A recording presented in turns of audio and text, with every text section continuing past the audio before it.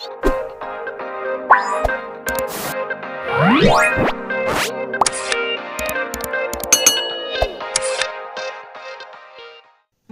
ଲିଖିତ ସୁସମାଚାର 10 ଅଧ୍ୟାୟ ତାର 17 ପଦରେ ଏପରି କୁହାଯାଏ, ସେ ପୁନର୍ବାର ଯାତ୍ରା ଆରମ୍ଭ କରିବା ସମୟରେ ଜଣେ ଦୌଡ଼ି ଆସି ତାହାଙ୍କ ଛାମୁରେ ଜାନୁପାତି ତାହାଙ୍କୁ ପଚାରିଲେ, ହେ ସଦ୍ଗୁରୁ, ଅନନ୍ତ ଜୀବନର ଅଧିକାରୀ ହେବା ନିମନ୍ତେ ମୁଁ କଣ କରିବି? ପ୍ରିୟମାନେ, ଆଜି ଆପଣମାନଙ୍କ ସମ୍ମୁଖରେ ମୁଁ ଆସିବାର ଗୋଟେ ବିଶେଷ ଉଦ୍ଦେଶ୍ୟ, ଯେ ପ୍ରକାରେ ଜଣେ ବ୍ୟକ୍ତି ଯୀଶୁଙ୍କ ସମ୍ମୁଖକୁ ଆସି ଲେଖାଯାଇଛି ତାହାଙ୍କ ପାଖକୁ ଦୌଡ଼ି ଆସି ତାହାଙ୍କ ଛାମୁରେ ଜାନୁପାତି ତାହାଙ୍କୁ ପଚାରିଲେ। ଆମମାନଙ୍କ ହୃଦୟରେ କେବେ ଆସିଛି କି ଏ ପ୍ରକାର ଗୋଟେ ଭାବନା ଯେ ମୁଁ ପ୍ରଭୁ ଯୀଶୁଙ୍କ ନିକଟକୁ ଯିବି ଆଉ ତାହାଙ୍କୁ ପଚାରିବି ଯେ ମତେ ଅନନ୍ତ ଜୀବନ ପାଇବା ପାଇଁ କଣ କରିବାକୁ ହେବ? ହଁ ମୋର ପ୍ରିୟ ମାନେ, ଆଜି ମୁଁ ଆପଣମାନଙ୍କ ନିକଟରେ ଏଇ ବିଶେଷ ଗୁରୁତ୍ୱପୂର୍ଣ୍ଣ ବିଷୟକୁ ନେଇ ଆସିଛି। ଆଉ ମୁଁ ଆଶା କରୁଛି ନିଶ୍ଚିତ ଭାବରେ ଆପଣମାନେ ଏଇ ଆଜିର ବିଶେଷ ଶିକ୍ଷାରୁ ଆଶୀର୍ବାଦ ପ୍ରାପ୍ତ ହେବେ। ପ୍ରଭୁ ଯୀଶୁଙ୍କ ନିକଟକୁ ଯେତେବେଳେ ଜଣେ ବ୍ୟକ୍ତି ଆସି ପଚାରୁଛନ୍ତି ଯେ ମତେ ଅନନ୍ତ ଜୀବନ ପାଇବା ପାଇଁ କଣ କରିବାକୁ ପଡିବ, ବାଇବେଲର ପ୍ରଥମ ପୁସ୍ତକ ଏବଂ ପ୍ରଥମ ପଦ ଏପରି କହେ ଯେ ପରମେଶ୍ୱର ଆଦ୍ୟରେ ସ୍ୱର୍ଗ ଓ ପୃଥିବୀ ସୃଷ୍ଟି କଲେ।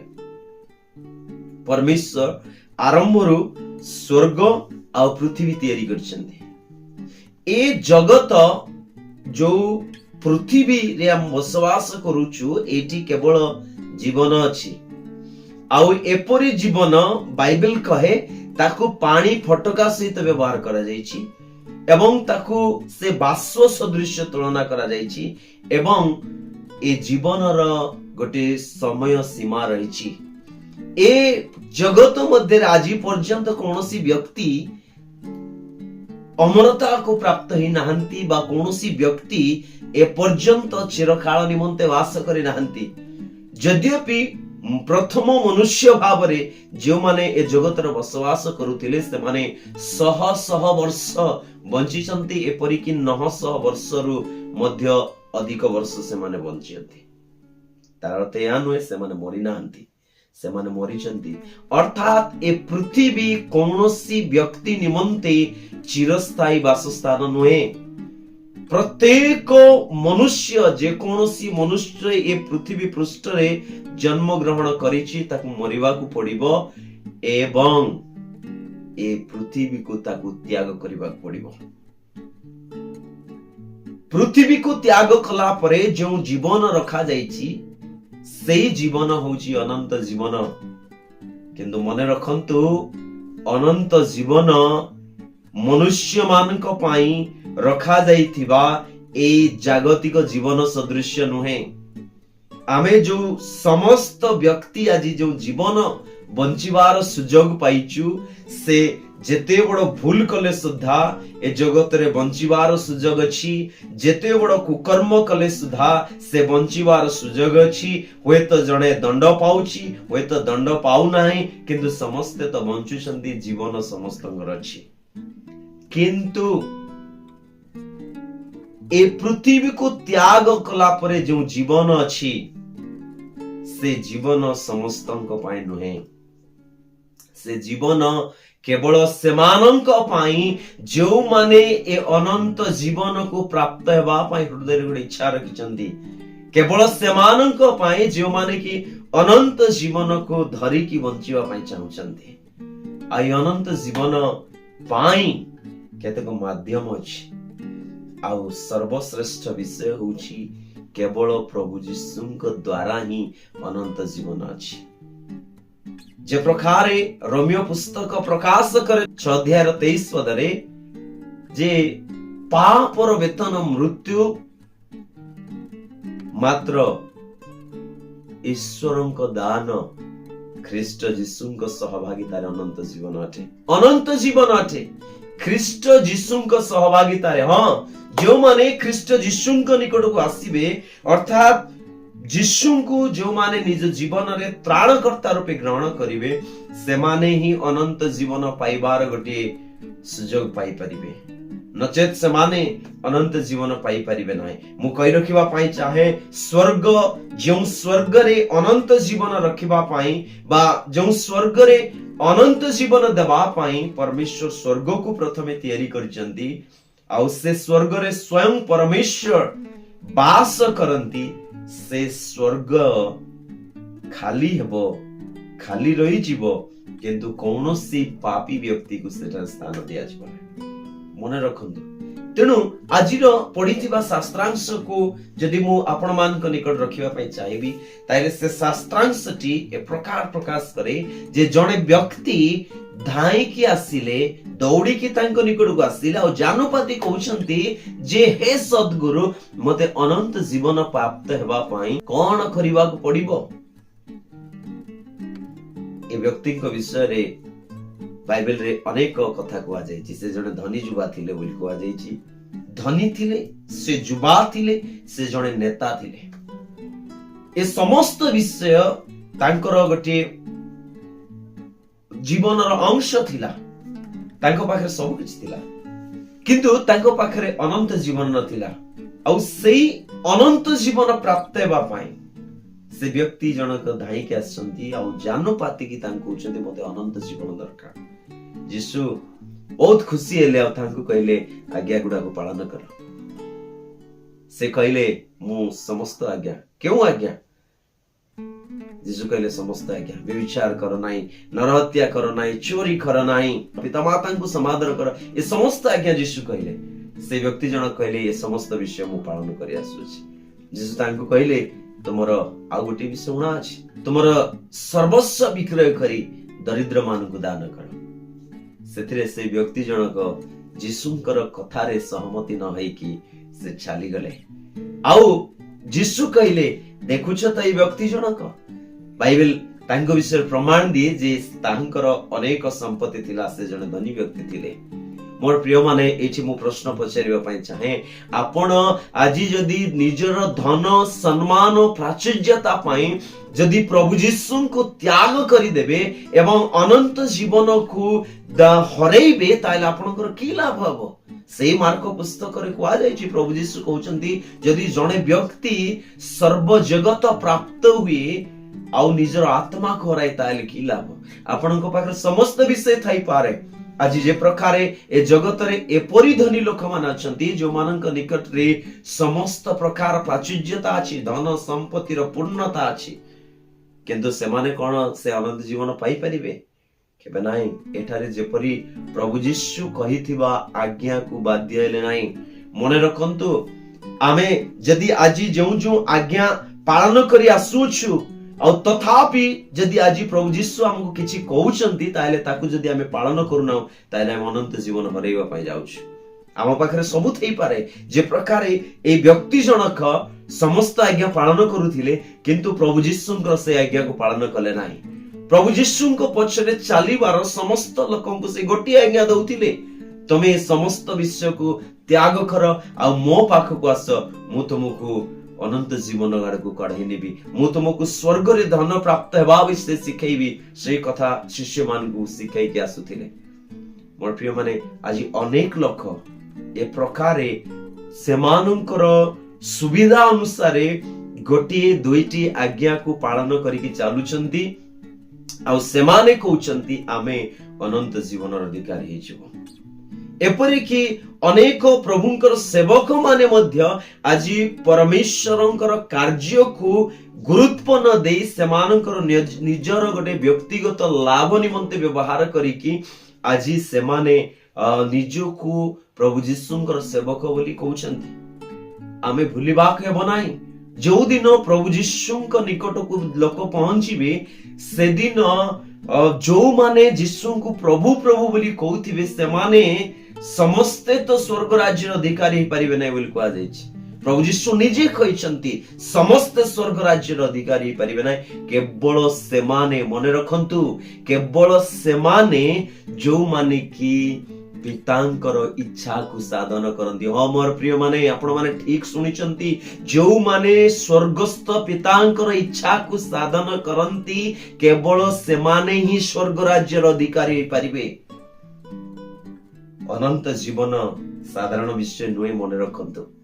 এই ଜୀବନକୁ ଦେବା ପାଇଁ ପ୍ରଭୁ ଯୀଶୁ ଆପଣାର ଜୀବନକୁ ହରେଇ ଦେଇଛନ୍ତି। এই ଅନନ୍ତ ଜୀବନ ଦେବା ପାଇଁ ଆଜି ସେ ନିଜର ସ୍ୱର୍ଗକୁ ତ୍ୟାଗ କରି ଏ ପୃଥିବୀ ପୃଷ୍ଠକୁ ଆସିଛନ୍ତି। ଏ ଜୀବନ ସହଜରେ ମିଳିବ ବୋଲି ଆପଣ ମାନେ ମନେ କରନ୍ତୁ ନାହିଁ। ଆପଣ ମାନଙ୍କୁ ଅନେକ ବଳିଦାନ ଦେବାକୁ ପଡିବ। ପ୍ରଭୁ ଯୀଶୁ ଯେ ପ୍ରକାର ନିଜକୁ ବଳିଦାନ ଦେଲେ, ଠିକ ସେଇ ପ୍ରକାର ଆମକୁ ବଳିଦାନ ଦେବାକୁ ପଡିବ। ତେବେ ଯାଇ ଆମେ ଅନନ୍ତ ଜୀବନର ଅଧିକାରୀ ହେଇପାରିବା।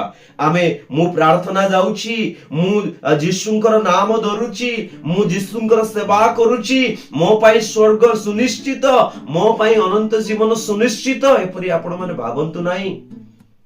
ସ୍ୱର୍ଗ ଏବଂ ଅନନ୍ତ ଜୀବନ କେବଳ ସେମାନଙ୍କ ପାଇଁ ହିଁ ଅଟେ ଯେଉଁମାନେ କି ପିତାଙ୍କର ଇଚ୍ଛାକୁ ସାଧନ କରୁଛନ୍ତି। ଏପରିକି ମନେ ରଖନ୍ତୁ, ପ୍ରଭୁ ଯୀଶୁ ନିଜେ ମଧ୍ୟ କାହାକୁ କହିକି ସ୍ୱର୍ଗ ରାଜ୍ୟକୁ ନେଇ ପାରିବେ ନାହିଁ, ଯଦ୍ୟପି ସେ ସ୍ୱର୍ଗର ଦ୍ୱାର ଅଟନ୍ତି। ଆମକୁ ହିଁ ଆଜି ସେଇ ସ୍ୱର୍ଗ ପ୍ରାପ୍ତି ହେବା ପାଇଁ ଚେଷ୍ଟା କରିବାକୁ ପଡିବ। ପରମେଶ୍ୱରଙ୍କର ବାକ୍ୟରେ ଏପରି କୁହାଯାଏ, ଯାକୁବ 2 ଅଧ୍ୟାୟ ତାର 10 ପଦ ଆଉ 11 ପଦକୁ ଯେତେବେଳେ ଆମେ ପାଠ କରୁଛୁ, ସେଠାରେ ଏପରି ଲେଖାଯାଇଛି ଯେ ଜଣେ ବ୍ୟକ୍ତି ସମସ୍ତ ଆଜ୍ଞା ପାଳନ କରୁଥିବ, ଆଉ ଯଦି ଗୋଟିଏ ଆଜ୍ଞାକୁ ସେ ଛାଡି ଦଉଛି, ତାହେଲେ ସେ ସମସ୍ତ ଆଜ୍ଞା ଲଙ୍ଘନ ଦୋଷରେ ସେ ଦୋଷୀ ହବ। ମନେ ରଖନ୍ତୁ, ପରମେଶ୍ୱରଙ୍କ ରାଜ୍ୟ କେବଳ ଗୋଟିଏ ବାକ୍ୟକୁ, ଯଦି ଗୋଟିଏ ଆଜ୍ଞାକୁ ଆମେ ଅମାନ୍ୟ କରୁଛୁ, ତାହେଲେ ଆମକୁ ପରମେଶ୍ୱରଙ୍କ ରାଜ୍ୟରେ ଅଟକେଇ ଦିଆଯିବ, ଆମେ ଯାଇପାରିବା ନାହିଁ। ଆମକୁ ସମସ୍ତ ପରମେଶ୍ୱରଙ୍କ ଆଜ୍ଞା ପାଳନ କରିବାକୁ ପଡିବ। ଅନେକ ଲୋକଙ୍କର ଅନେକ ପ୍ରକାର ଚିନ୍ତା। ଆଜି ମୁଁ এই ଗୋଟେ କଥାକୁ ମୁଁ ଧରିକି ଚାଲିବି। ଆଜି ଅନେକ ଲୋକ ନିଜର ସ୍ୱାର୍ଥ ପାଇଁ ନିଜ ମନ୍ଦ ବୁଦ୍ଧିରେ ପଡିକି ପ୍ରଭୁ ଯୀଶୁଙ୍କୁ ଜାଣିଲେ ସୁଦ୍ଧା ସେମାନେ ଆଜି ପରମେଶ୍ୱରଙ୍କ ବିରୁଦ୍ଧରେ କାର୍ଯ୍ୟ କରୁଛନ୍ତି, ମନୁଷ୍ୟ ମାନଙ୍କ ବିରୁଦ୍ଧରେ କାର୍ଯ୍ୟ କରୁଛନ୍ତି। ଏ ପ୍ରକାର ବ୍ୟକ୍ତି ମାନଙ୍କ ପାଇଁ ସ୍ୱର୍ଗ ନାହିଁ, କେବଳ ସେମାନଙ୍କ ପାଇଁ ସ୍ୱର୍ଗ ଅଛି। ମନେ ରଖିଥାନ୍ତୁ, ଯେଉଁମାନେ ସମସ୍ତ ଆଜ୍ଞା ପାଳନ କରିବା ପାଇଁ ପ୍ରସ୍ତୁତ ଅଛନ୍ତି। ହଁ ମୋର ପ୍ରିୟ ମାନେ, ଯଦି ଆମେ ଗୋଟିଏ ଆଜ୍ଞାକୁ ଛାଡିଦେବା, ତାହେଲେ ଆମେ ସ୍ୱର୍ଗର ବାହାରେ ରହିଯିବା। ଆମେ ମନେ ରଖିବା, ସ୍ୱର୍ଗ ପ୍ରାପ୍ତି ଯଦି ସହଜ ହେଇଥାନ୍ତା, ତାହେଲେ ପ୍ରଭୁ ଯୀଶୁ ଏ ଜଗତକୁ ଆସିନଥାନ୍ତେ। ନିଶ୍ଚିତ ଭାବରେ ସ୍ୱର୍ଗକୁ ଆମକୁ ଯଦି ଯିବାର ଅଛି, ତାହେଲେ ଆମକୁ କଷ୍ଟରେ ଯିବାକୁ ପଡିବ। ଆମେ କେବଳ ଗୋଟିଏ 2ଟା କାର୍ଯ୍ୟ କରିକି, ଆମେ ଗୋଟେ ଦିନ ଉପବାସ କରିକି ଜୀବନ ସାରା ଆମେ ଖାଇ ଖାଇ ବଞ୍ଚିଲେ ଆମେ ଯାଇପାରିବା ନାହିଁ। ଆମେ ଗୋଟିଏ ଦିନ ପ୍ରାର୍ଥନା କରି ଜୀବନ ସାରା ନିଜ ଇଚ୍ଛା ଅନୁସାରେ ବଞ୍ଚିଲେ ହବ ନାହିଁ। ଗୋଟିଏ ଦିନ ଆମେ ପ୍ରଭୁ ଯୀଶୁଙ୍କୁ ଦେଇକି ଆମର ସବୁ ଦିନକୁ ନିଜ ସ୍ୱାର୍ଥ ନିମନ୍ତେ ବଞ୍ଚିଲେ ଆମେ ଅନନ୍ତ ଜୀବନ ପାଇପାରିବା ନାହିଁ। ଯଦି ଆମେ ଚାହୁଁଛୁ ଅନନ୍ତ ଜୀବନ ପ୍ରାପ୍ତ ହେବା ପାଇଁ, ଆମକୁ ପରମେଶ୍ୱରଙ୍କର ସମସ୍ତ ଶାସ୍ତ୍ରକୁ ଆମକୁ ପାଳନ କରିବାକୁ ପଡିବ। ପ୍ରଭୁ ଯୀଶୁଙ୍କର ପ୍ରତ୍ୟେକ କଥାରେ ଆମକୁ ବାଧ୍ୟ ହୋଇ ଚାଲିବାକୁ ପଡିବ, ତେବେ ଯାଇ ଆମେ ଅନନ୍ତ ଜୀବନକୁ ପ୍ରାପ୍ତ ହେଇପାରିବା। ଏବ୍ରୀ ପୁସ୍ତକ ତାର 11 ଅଧ୍ୟାୟ 24ରୁ 26 ପଦ ପର୍ଯ୍ୟନ୍ତ ପାଠ କଲେ ଆମେ ବୁଝିପାରୁଛୁ ଯେ ମଶାଙ୍କ ବିଷୟରେ ସେଠାରେ ଲେଖାଯାଇଛି। ଆଉ ମଶା ମିଶରକୁ ତ୍ୟାଗ କରିବାର କାରଣ ସେଠି ଲେଖାଯାଇଛି, ଆଉ ସେ ନିଜର ସୁଖକୁ ତ୍ୟାଗ କରିବାର କାରଣ ଲେଖାଯାଇଛି।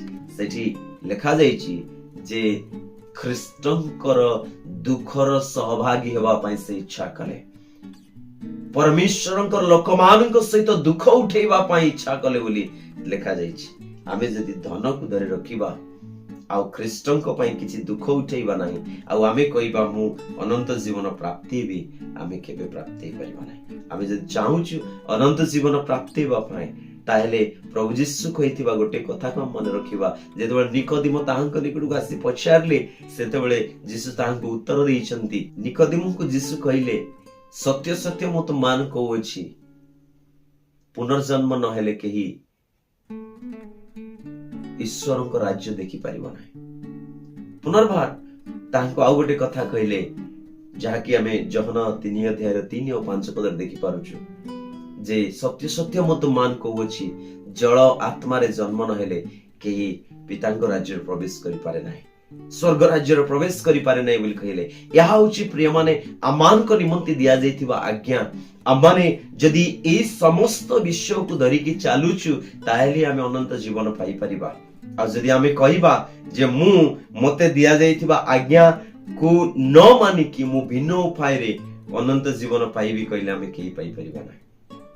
କାରଣ ଗୋଟେ ହଉଛି ମାର୍ଗ, ଗୋଟେ ହଉଛି ବ୍ୟକ୍ତି, ଗୋଟେ ହଉଛି ରାଜ୍ୟ, ଗୋଟେ ହଉଛି ସ୍ଥାନ। ଯଦି ଆମେ ସେଇ ସ୍ଥାନ ରହିବା ପାଇଁ ଚାହୁଁଛୁ, ସେଇ ବାଟରେ ଆମେ ଯିବା ପାଇଁ ଚାହୁଁଛୁ, ସେଇ ଜୀବନକୁ ପ୍ରାପ୍ତ ହେବା ପାଇଁ ଚାହୁଁଛୁ, ଆଉ ସେଇ ବ୍ୟକ୍ତି ନିକଟରେ ଆମେ ରହିବା ପାଇଁ ଚାହୁଁଛୁ, ତାହେଲେ ଆମକୁ ସେ ଯାହା କହିଛନ୍ତି ତାହା ହିଁ ମାନିକି ଚାଲିବାକୁ ପଡିବ। ତେବେ ଯାଇ ଆମେ ଅନନ୍ତ ଜୀବନ ପାଇପାରିବା। ନଚେତ୍ ଆମେ ଅନନ୍ତ ନରକରେ ଆମେ ଅନନ୍ତ ମୃତ୍ୟୁର ଅଂଶୀ ହେଇପାରିବା। ମନେ ରଖନ୍ତୁ, ତାହାଙ୍କ ଛଡା ଆଉ କାହାଠାରେ ପରିତ୍ରାଣ ନାହିଁ, ଯାହାଙ୍କ ଦ୍ୱାରା ପରିତ୍ରାଣ ପ୍ରାପ୍ତ ହେବାକୁ ହେବ। ଆଉ ଆକାଶ ତଳେ ମନୁଷ୍ୟ ମାନଙ୍କ ମଧ୍ୟରେ ଆଉ କୌଣସି ନାମ ଦିଆଯାଇ ନାହିଁ। ସ୍ୱର୍ଗ ଯଦି ଯିବାକୁ ଚାହୁଁଛୁ, ଏକମାତ୍ର ବ୍ୟକ୍ତି ସେ ହେଉଛନ୍ତି ଯୀଶୁ, ସେ ହେଉଛନ୍ତି ପଥ, ସତ୍ୟ ଓ ଜୀବନ। ସେ ଜଗତକୁ ଆସିଥିଲେ କେବଳ ଜୀବନ ଦେବା ପାଇଁ ନୁହେଁ, କିନ୍ତୁ ପ୍ରଚୁର ଜୀବନ ଏପରିକି ଅନନ୍ତ ଜୀବନ ଦେବା ପାଇଁ ଆସିଥିଲେ। ଆଉ ସେଇ ଜୀବନକୁ ଯଦି ଆମମାନଙ୍କର ଜୀବନରେ ଅଂଶ କରିବା ପାଇଁ ଚାହୁଁଛୁ, ଆମେ ପ୍ରାପ୍ତି ହେବା ପାଇଁ ଚାହୁଁଛୁ, ତାହେଲେ ସେ ଯାହା କହିଛନ୍ତି ଆମେ ସମସ୍ତ ଆଜ୍ଞା ପାଳନ କଲେ ଯାଇ ସେ ଜୀବନକୁ ପ୍ରାପ୍ତ ହେଇପାରିବା। ଆମେ ଯଦି କହିବା ମୁଁ ଗୋଟେ ଆଜ୍ଞାକୁ ପାଳନ କରିବା ଛାଡିଦେଲେ କଣ ହେବ, ତାହେଲେ ଆମେ ପ୍ରାପ୍ତ ହେଇପାରିବା ନାହିଁ। ଆମେ ଯଦି ଚାହୁଁଛୁ ପ୍ରତ୍ୟେକ ଆଜ୍ଞାକୁ ପାଳନ କରିବାକୁ ପଡିବ, ତେବେ ଯାଇ ଆମେ ସ୍ୱର୍ଗ ରାଜ୍ୟରେ ପ୍ରବେଶ କରିପାରିବା, ତେବେ ଯାଇ ଆମେ ଅନନ୍ତ ଜୀବନର ଅଧିକାରୀ ହେଇପାରିବା। ଧନ୍ୟବାଦ।